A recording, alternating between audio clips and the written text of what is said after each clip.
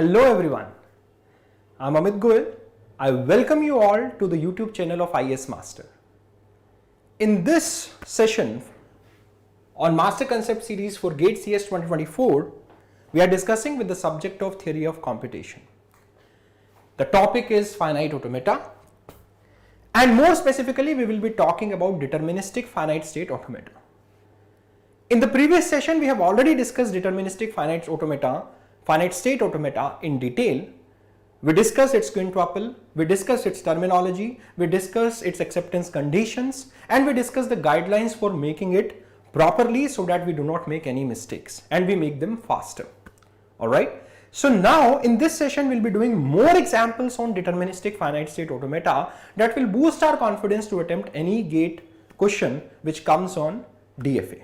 Right. So let's first of all revise what we have already discussed in the previous session. So we discussed that DFA is a collection of 5 tuple. So what is 5 tuple? What is 5 tuple?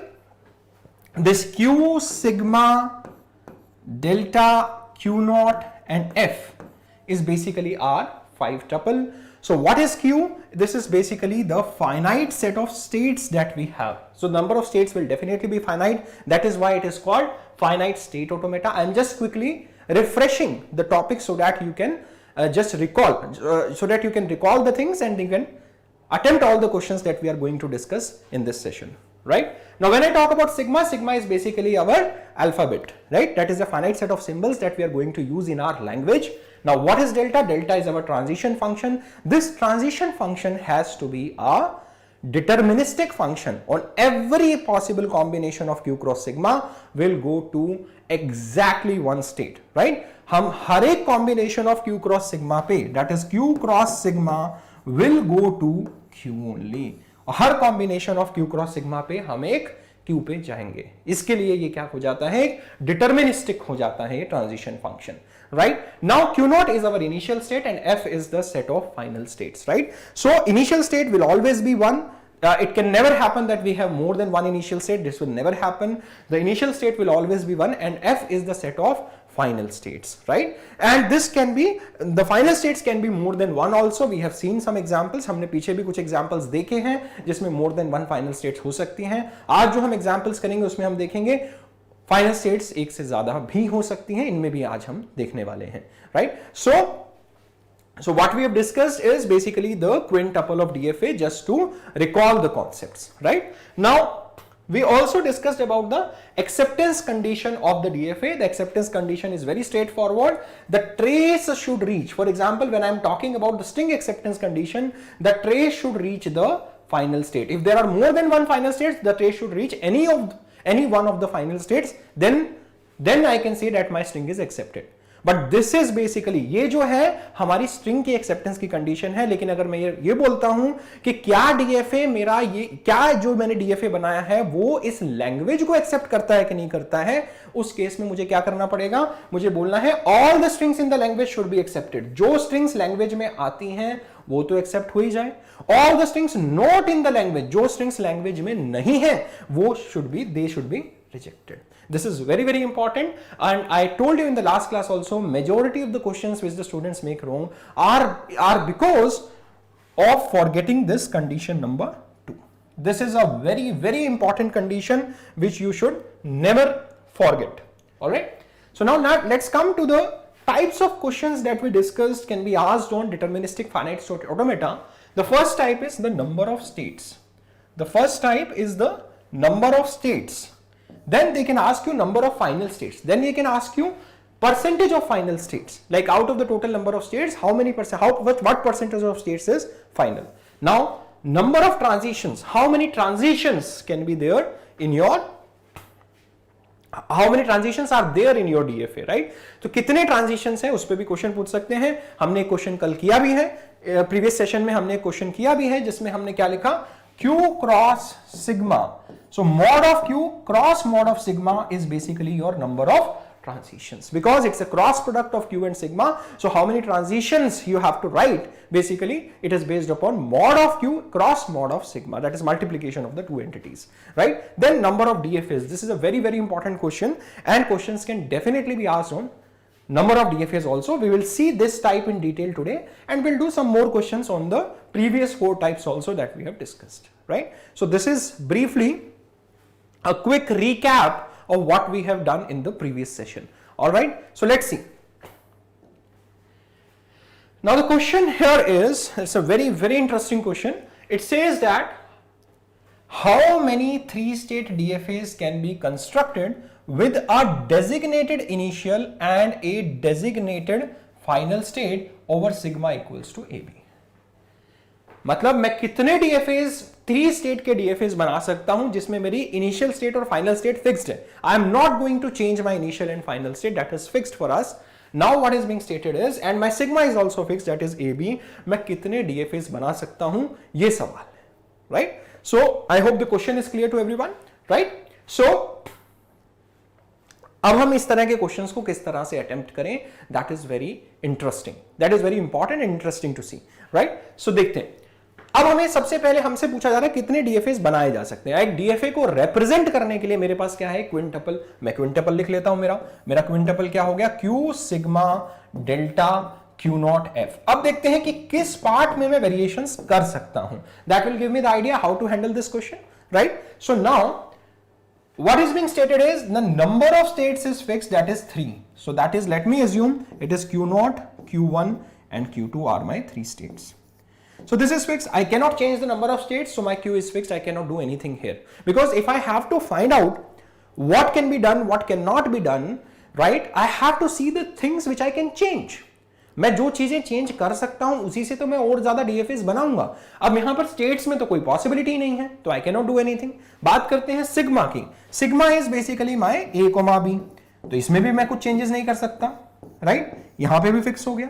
अगर मैं Q0 की बात करूं, ये भी single है, ये भी फिक्स हो गया. F की बात करूं, फाइनल स्टेट. Now Q0 क्यों फिक्स हो गया? क्योंकि इसने बोला designated initial and a designated final state. I cannot change it. I assumed it is Q0. In my entire question, I am not going to change it. मैंने एक बार fix कर दिया कि मेरा Q0 मेरा इनिशियल स्टेट है. अब मैं उसे चेंज नहीं कर सकता. क्यों नहीं कर सकता? क्योंकि मैंने को क्लियरली बोला गया है मेरा डेजिग्नेटेड इनिशियल स्टेट है. एक बार जो फिक्स हो गया, it is not going to change. Similarly for the final state it is clearly mentioned I have a designated final state और क्लियरली लिखा है एक I have a designated final state. There are no more than one final state. There is exactly one, and that is fixed throughout the question. So let me assume, I can take a safe approximation. Let us say Q1 is my final state, and it will remain same. तो ये जो 4 चीजें मैंने लिखी, ये तो change हो ही नहीं सकती. अब जो चेंजेस हैं, जितने भी मैं चेंजेस करूंगा, वो सारे मैं डेल्टा पे ही करूंगा और तो कुछ चेंज नहीं कर सकता. अगर मेरा ये क्विंटपल मेरे को दिख रहा है साफ से, Q sigma delta Q not F. Q मेरा फिक्स हो गया, सिग्मा मेरा फिक्स हो गया, Q नॉट मेरा फिक्स है और मेरा F भी फिक्स्ड है. I can not change any of these things. The only thing which I can change is by delta. मेरे को सिर्फ एक डेल्टा पे ही फ्रीडम है जो कि मैं चेंज कर सकता हूं. Let us understand delta now. Let us try to see how I can change delta. So if we see delta can also be represented by a transition table, right? So अगर हम देखें delta में हम क्या रखते हैं कि Q0 पे कोई सिंबल आए तो मुझे कहां जाना है, Q1 पे कोई सिंबल आए तो मुझे कहां जाना है, Q2 पे कोई सिंबल आए तो मुझे कहां जाना है. यही तो बेसिकली मेरा डेल्टा है, right? So let us see, can I represent my delta using a transition table also. Let us say this is Q0, this is Q1 and this is my Q2, right? Now what happens on Q0 on A, what happens on Q0 when a B comes? What was my sigma? Sigma is A, B, right? तो क्या मैं अपने transition function को ऐसे represent कर सकता हूं? बिल्कुल कर सकता हूं. मैं क्या बताऊंगा, Q0 जब A आता है तो कहां जा रहा है, right? So that is delta of Q0, A I will be filling in this cell. Delta of Q0, B I will be filling in this cell. Delta of Q0, Q1, A I will be filling in this cell. Similarly and so on. So I have to write 6 transitions. Why I have to write 6 transitions? Because my mod of Q is here 3 and my mod of sigma here is 2, so therefore 3 into 2 is nothing but 6, so I have to fix it 6 cells. This 6 cells will give me my complete transition function. तो ये 6 sales जो है मेरे को पूरा complete transition function दे देंगे, तो मैं यहां पे अपने ट्रांजिशन फंक्शन को इस टेबल के थ्रू भी रिप्रेजेंट कर सकता हूं. नाउ अब देखते हैं पॉसिबिलिटीज कितनी है इस सेल में. If I look at this cell, if I look at this cell, I can choose anything out of Q0. I can put Q0 here also. I can put Q1 also. I can put Q2 also here. Right? So there are 3 possibilities here. That means 3C1. Similarly, there are 3 possibilities here. Therefore, 3C1. Here also we have 3 possibilities. Out of 3 possibilities, I will choose 1. That is 3C1. Similarly, over here also 3C1. Similarly, over here also 3C1. Similarly, over here also 3C1. So what is this number? That is 3 raised to power 6, which is nothing but 9 raised to power 3, which is nothing but 729. Right? So what is the strategy to attempt this question? The strategy is very simple. You write your quintuple, you will understand what are the things that you can change and what are the things that you cannot change. Very simple question. Right?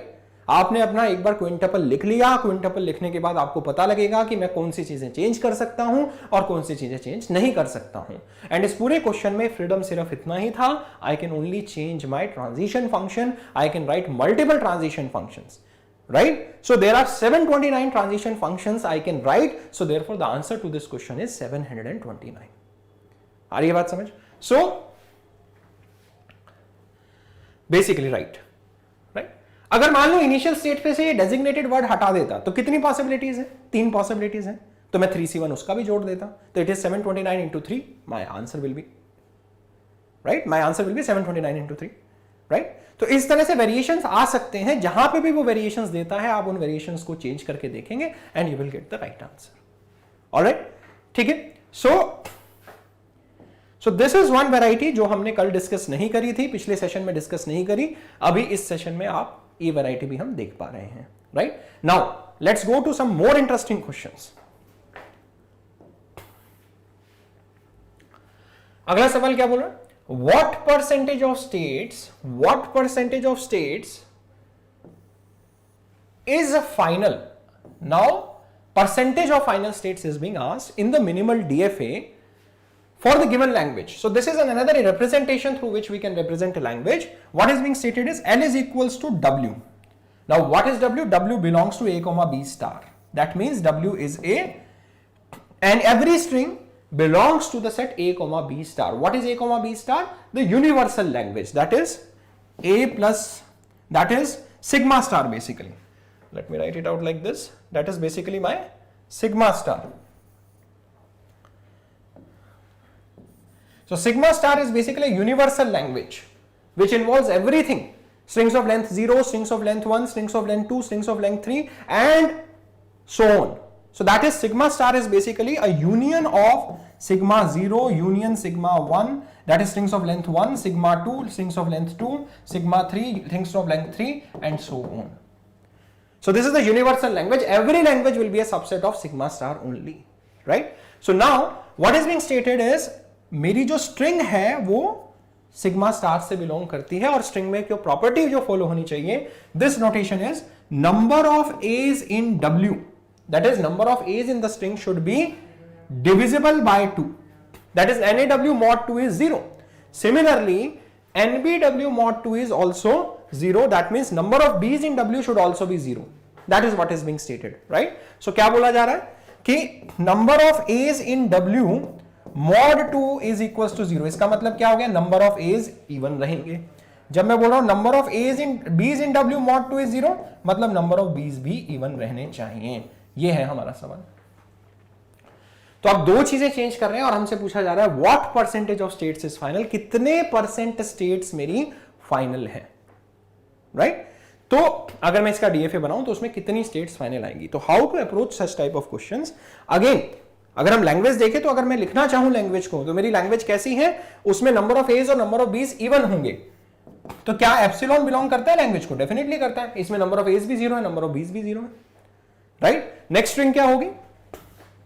Number of as even चाहिए और number of बीज भी even चाहिए. So A belongs to this, B also belongs to this and so on. Again this language is also an infinite language.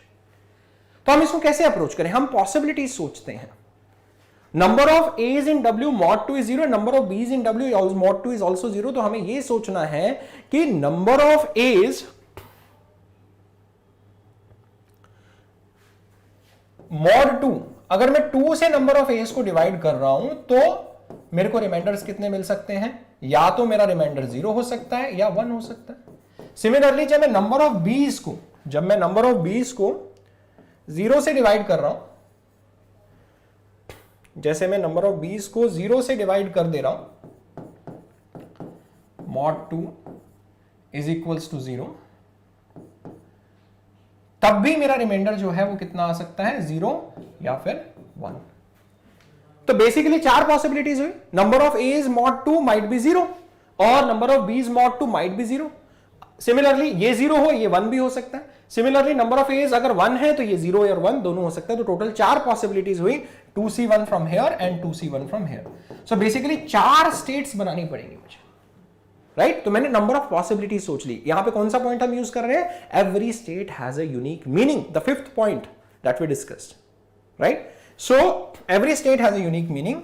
तो मैं यहां पे first state जो लूंगा उसमें मैं ये बोल रहा हूं, अगर मान लीजिए number of as mod 2 is also 0, number of बीज मॉड 2 इज ऑल्सो 0.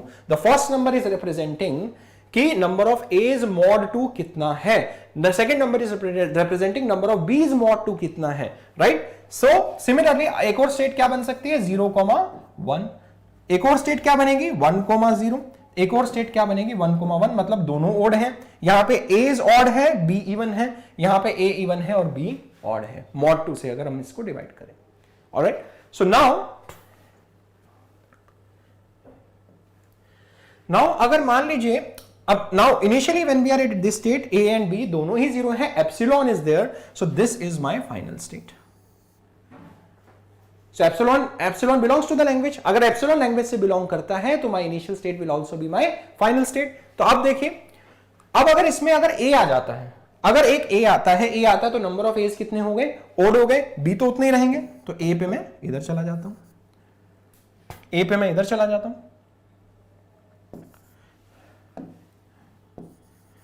और अगर फिर से एक और एक आ गया तो फिर से मेरे नंबर ऑफ एज इवन हो गए. तो I will go back to this state. ठीक है. नाउ अब अगर हम देखें, इसने बोला either number of a's are 0 और number of b's are 0, right? तो इसका मतलब क्या होगा? फाइनल स्टेट्स कौन कौन सी हो जाएंगी? ये भी फाइनल है, एटलीस्ट बीज आर इवन. इस स्टेट में एज आर इवन, इस स्टेट में दोनों इवन. तो 3 मेरी फाइनल स्टेट्स बन गई. मुझे पूरा डीएफए बनाने की भी जरूरत नहीं है. I can answer this question here itself. There are total of 4 states, out of which 3 are final. I can say 3/4 into 100, which is nothing but 75. 75 will be my answer here. I can straight away solve it here itself. But still, for the sake of completion, we will say, we'll draw it like this. We'll draw the complete DFA, right? For the complete knowledge. But in the exam, you can just simply look out at the possibilities and see which are our favorable possibilities, right? And then calculate the percentage of final states, right? Now, अगर इस state पे B आ जाता है तो number of बीज मेरे odd हो गए. फिर से B आ गया तो मेरे बीज इवन हो गए. इस स्टेट में ऑलरेडी मेरे पास A ऑड है, A इवन है, B ऑड है. अगर यहां पे मेरे पास एक आ जाता है तो फिर मेरे ए बी ऑड हो जाएंगे. फिर से अगर एक ए और आ जाए तो फिर से मेरे ए इवन हो जाएंगे. अगर यहां पे मैं पहुंच गया, उसके बाद फिर से ए आया. अब इस स्टेट में देखते हैं. अब अगर मान लीजिए मेरा 1-0 है, यहां पे अगर फिर से मेरे पास मान लीजिए बी आ जाता है. I am already at 1-0. अगर मेरे पास बी आता है तो मेरे नंबर ऑफ बीज ऑड हो जाएंगे क्योंकि अभी इवन है. और फिर से अगर मेरे पास दोबारा से बी आया 1-1 पे जाने के बाद तो फिर से मेरे नंबर ऑफ बीज जो है फिर से इवन हो जाएंगे. अभी और थे, एक और बी आ गया, अब इवन हो गया. सो this is the complete DFA which we make for number of a's mod 2 is equals to 0 or number of b's mod 2 is equals to 0. This is how we will make the DFA. All right. And number of final states is 3. Total number of states are 4. That is 3 into 4 by 100. It is nothing but 75%. All right. So now, so this is a long method wherein we have to draw all the states, and then think about the transitions one by one. ठीक है, तो थोड़ा सा लंबा जा रहा है। तो क्या एक कोई शॉर्ट ट्रिक है हमारे पास इस तरह के क्वेश्चंस में देखिए, so this is also the same DFA which I have made, right, and we show you that 0 0 is final, 1 0 is final, 0 1 is final, right, this is what we have drawn, right. अब हम देखते हैं इसकी कोई short trick है क्या। Short trick ये है कि जब भी इस तरह का सवाल है and number of as in W mod 2 is something mod anything, so this mod number can change, right, and this remainder which you want that can also change, but in general जब आप इस तरह के questions देखते हैं तो आप क्या कर सकते हैं, along the rows you change B's, along the columns you change A's, right. और अगर एक और वेरिएबल C है तो ये जो वेब है ये 3D का बन जाएगा। कैसे, मतलब क्या बना, अब अगर मान लो मेरे पास 3 है, मतलब number of B's in W mod 3 कर रहा हूं मैं, तो एक और स्टेट इसके लिए मैं बनाऊंगा और फिर सिंगल B आने पे मैं यहां गया, एक और B आने पे यहां गया और फिर एक और B आने पे मैं यहां चला जाऊंगा, because remainder 0, remainder 1, remainder 2 when I am dividing by 3 again one more comes, remainder again becomes 0. So B's you will change on the along the rows and A's you will change along the columns. You can do also the reverse way around, that you change A's along the rows and B's along the columns, but this way this way you can make these DFAs faster. आ रही बात समझ। तो हम इसको इस तरह से जल्दी बना सकते हैं, एक ट्रांजिशन, मतलब along the rows आप B's को ही चेंज करें, along the columns आप A को ही चेंज करें, इससे आपका DFA फास्ट बनेगा। ठीक है, मैं अपनी टर्मिनोलॉजी में इसे वेब DFA बोलता हूं। So this is called web DFA approach in my terminology, but anyways this is not a standard term, I call it web DFA because जब मैं अपने स्टूडेंट्स को बोलता हूं web DFA बनाओ तो they clearly understand कि क्या है web DFA, right? So इस तरह से हम इसको फास्टर बना सकते हैं, but in general आपको हमेशा से DFA बनाने की जरूरत नहीं पड़ेगी। You can simply make you can simply guess also the number of states based upon the possibilities. The percentage of final states also can be guessed based on the possibilities, right? So let's see one more example जिससे आपको और clarity आएगी इसमें। Question क्या है, what is the number of final states in the minimal DFA? What is the number of final states that is being asked? Number of final states are being asked.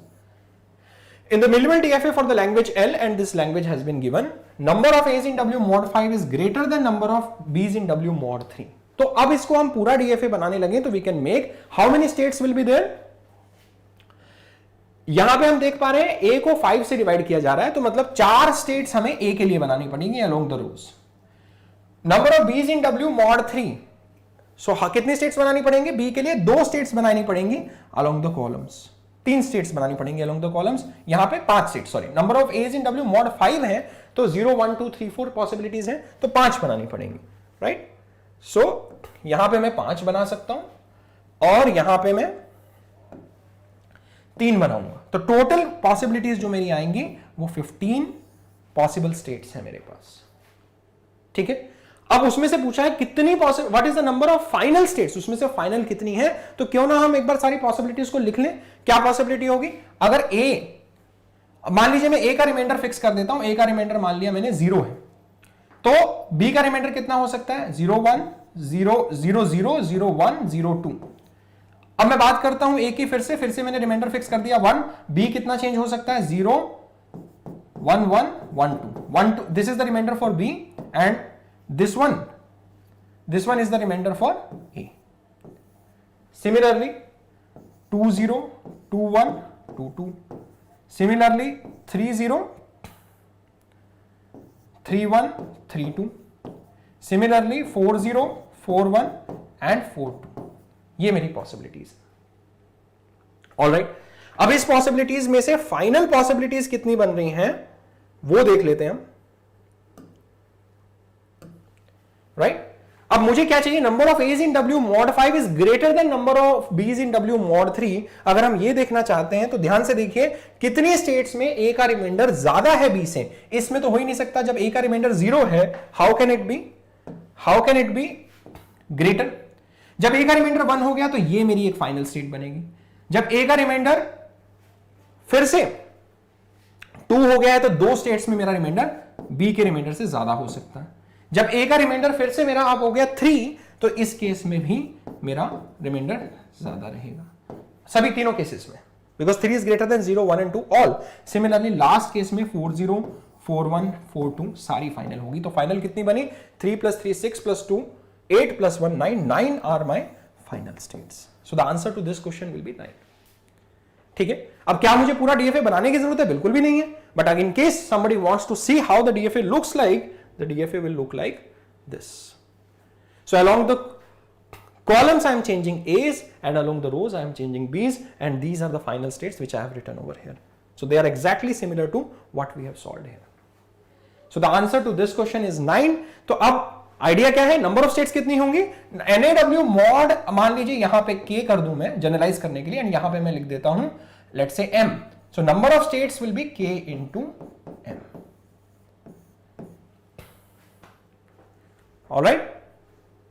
Because those many possibilities are there, right? So A's remainder can vary from 0 to K minus 1 and B's remainder can vary from 0 to M minus 1. So therefore number of states will be K into M. So let's see one more example on what is the number of transitions in the minimal DFA which accepts set of all strings over sigma equals to 0 1 which starts and ends with the same symbol. Now my starting and ending symbol has to be same. How we will make this DFA? So we'll follow our trick. What is the trick?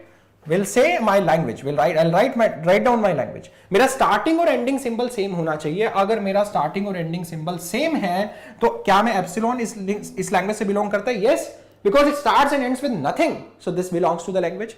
क्या A belong करता है language से? बिल्कुल करता है. क्यों? Because it is starting and ending with A. B belong करता है? बिल्कुल करता है. क्या AA belong करता है? बिल्कुल करता है. क्या BB belong करता है? बिल्कुल करता है. And so on. This is again an infinite language. तो मैं DFA कैसे बनाऊं? तो let's start making the DFA. So language हमने देख लिया. सेकंड पार्ट हमने देखा एप्सिलॉन बिलोंग करता है कि नहीं करता है. बिल्कुल epsilon is belonging to the language, right. Now तीसरा पार्ट क्या है? हम जो smallest string in the language है उससे DFA हम हमारा बनाना शुरू करेंगे. What is the smallest string? Epsilon. So epsilon is my smallest string, so epsilon belongs to the language, so Q0 will become my final state. Now if A comes, again I am at final state. If A comes, so okay, in this case I have taken, okay, so my sigma is 0 comma 1, so instead of A I will have 0 and 1, right? So let me just change it to zeros and ones, otherwise this is also correct. So I'll just change it to zeros and ones. So this is 0, this is 1, this is 0 0 and this is 1 1 and so on, right? So instead of A's and B's I have written zeros and ones, right? So now this is Q0 and accepting a 0, if a 0 comes, that also belongs to the language, so this is also my final state. If a 1 comes, again this belongs to the language. So this is the minimal, these are the things with the minimal strings that we have tried to draw. Now let us complete the DFA. With the small strings we have tried to do whatever we wanted to. We have accepted the smaller strings. Now how to generalize it, we will complete the DFA now. ठीक है, कैसे करेंगे? देखिए, अब अगर ये 0 आया, फिर से अगर 0 आता है, so then we'll say still the string belongs to the language because 0 0 belongs to the language. But if a 1 comes, we are going to reject this because then we'll go to Q2 and this is not a final state. Similarly, Q2 पे अगर 0 आया, फिर से हम Q1 पे चले जाएंगे. क्यों? क्योंकि पहले 0, फिर 0, फिर 0, पहले 0 आया, then 1 आया, then again 0 is coming. This is again final. Why? Because it is starting and ending with 0. Similarly, फिर से अगर 1 आया, again it is rejected. Why? Because this is 0, then 1, then again 1. This is rejected. Similarly, आप ये वाला part भी draw कर सकते हैं. So how many final states are there? 3 are my final state. How many total states are there? 5 are my total states. Now what is the number of transitions in this DFA? 5 states are there. So mod of Q is 5. Mod of sigma is 2. So then it becomes 5 into 2 is 10. So the answer to this question will be 10. Now what is each state representing? This is representing epsilon. This is representing epsilon. This is representing starting and ending with 0. This is representing starting with 0, ending with 1. This is starting and ending with 1. This is starting with 1, ending with 0. So every state has a unique meaning, so this DFA is minimal, right? So we discussed some 3 examples which are, we discussed I think 1, 2, 3, 4 examples we have discussed. All these examples are very interesting and This will give you, these examples will boost your confidence to attempt all the GATE previous year questions also, and the questions which are going to come in GATE 2024 also, right? So now, this is where we stand in the course right now, in the series right now. We are done with the introduction part. We are done with the deterministic finite state automata also. And we have done also with the second session on deterministic finite state automata. In the next session, we are going to discuss minimization of DFA. Sometimes when we try to make the minimal DFA, one or two extra states can come. We'll see through an example that when that situation arrives and how to minimize our DFA, right? So we'll see that in the next session, and then you can see details of the upcoming sessions also. So we are having 5 more sessions here. Another 5 sessions, and then another 5 sessions. All right. So that's all about this session. Thank you so much, guys. I'll see you guys with minimization of DFAs in the next session.